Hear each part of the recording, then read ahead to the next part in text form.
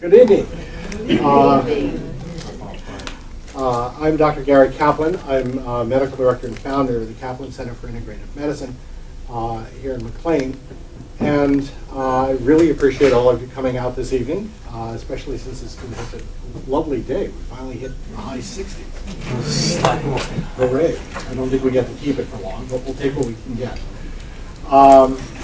This is part of an ongoing series that we started several months ago on really about curing chronic pain and depression. And our approach to chronic pain and depression, and what we're trying to convince people, is that we've been thinking about this all wrong. That chronic pain, depression, and chronic fatigue syndrome, for that matter, chronic headaches, are all manifestations of an underlying neuroinflammatory process. So at the center of all of this havoc that gets created in us is a small cell in the central nervous system called the microglia. All right? This is kind of critical to understand about this whole process, because as soon as we understand about microglia, it completely shifts all of our thought process about what pain and depression is. There's only one thing in the central nervous system that can excite any amount of inflammation in the central nervous system, and that's the microglia. This is the innate immune system of the central nervous system. And so this now is our target, all right? And we want to know what it is that activates this thing, and we want to know what it is that will quiet this thing, because knowing that helps us understand how to find the cure for chronic pain and chronic depression. So, as it turns out, we can get a fairly good insight into the number of things that start to activate the microglia. So microglia are activated by loss of blood supply. Microglia are activated by hypoxia, that is loss of oxygen.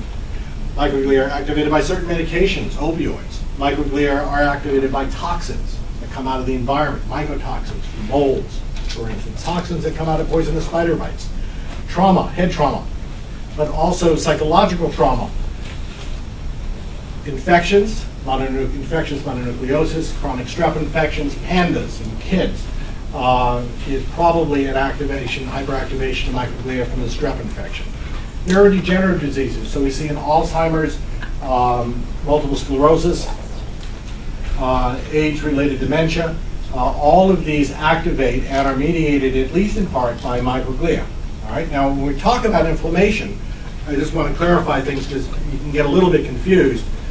Inflammation is a lot of different things in the body, okay? So that if you have an allergic response and your nose is running and your eyes are itchy, that's an inflammation mediated by a reaction to pollen, okay, to dogs, to cats, that is mediated by histamine. So in order to treat that, you would give an antihistamine to treat it.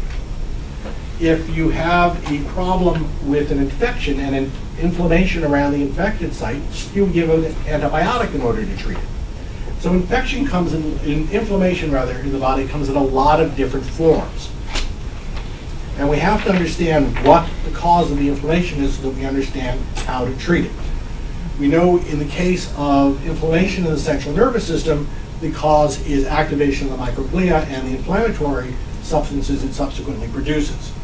The occurrence of chronic pain and neuropsychiatric illness, that is depression, anxiety disorders, bipolar disease, okay, all of these, when they're combined together, actually represent a different syndrome. And there's a whole other lecture on this, but it represents a different syndrome, which we're calling central sensitization syndrome. The key point on this syndrome is that they are neuroinflammatory. And because they are neuroinflammatory, they are neurodegenerative. They destroy nerve cells. They make gray matter go away.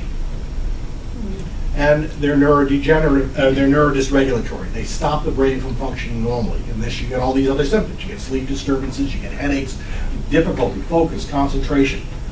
All right?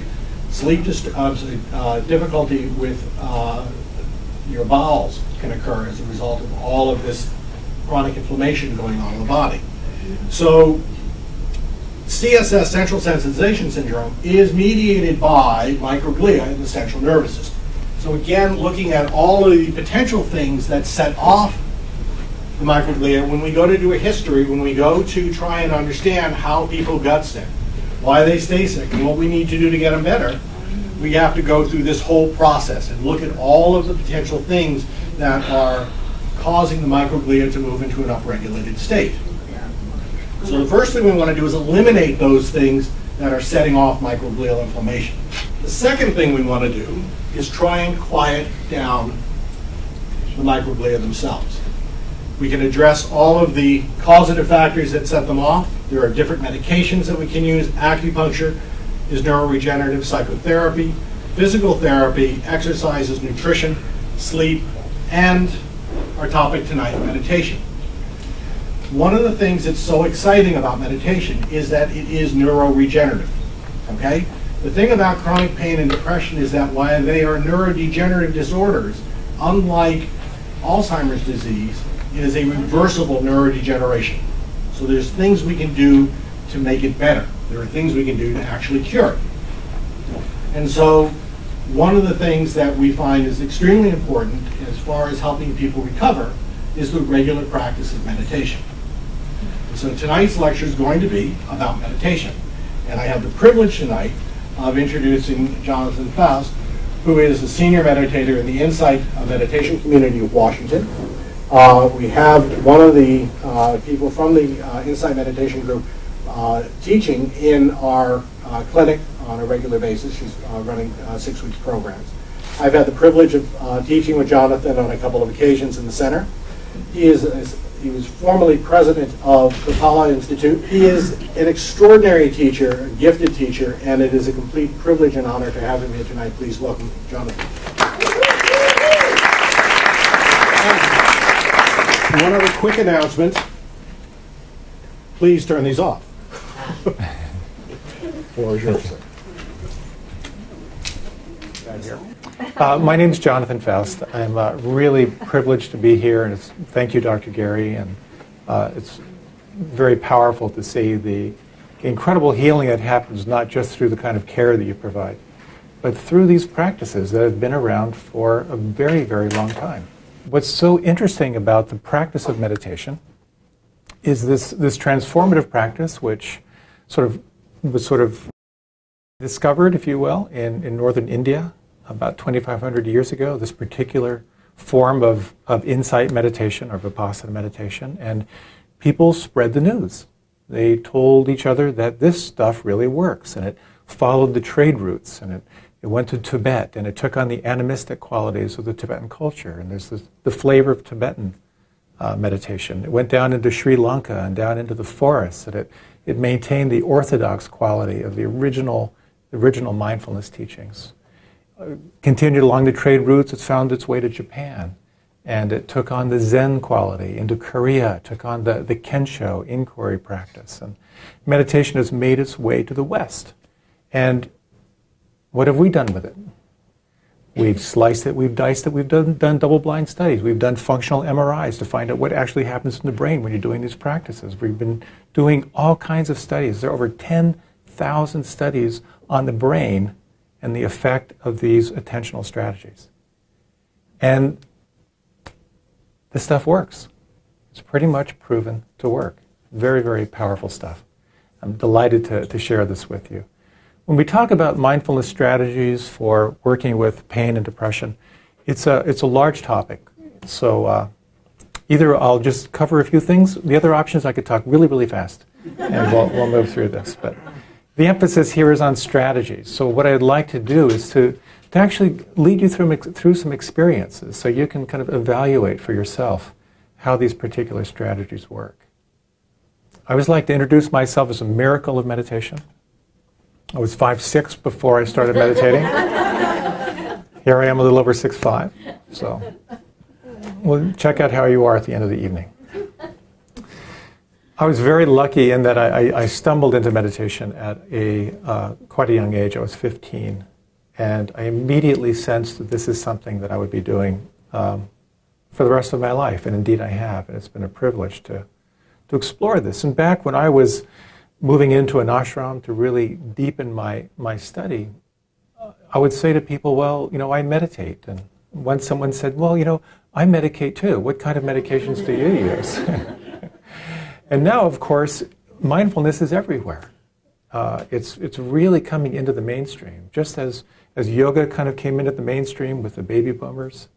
And now that we're kind of getting older and we've blown out our knees, I think we're a little more aware of that there's not so much time ahead of us, a lot more time behind us. We're more aware of our mortality. We're also carrying more stress than we've ever carried before.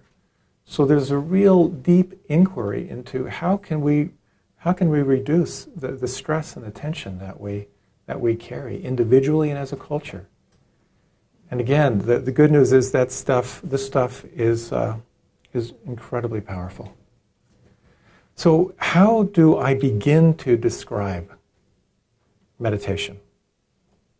I like to think of it in one very, very simple way. We think of mindfulness as non-judging awareness.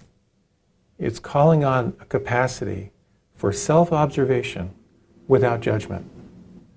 It's kind of a rare state to cultivate, but we can actually cultivate it with training.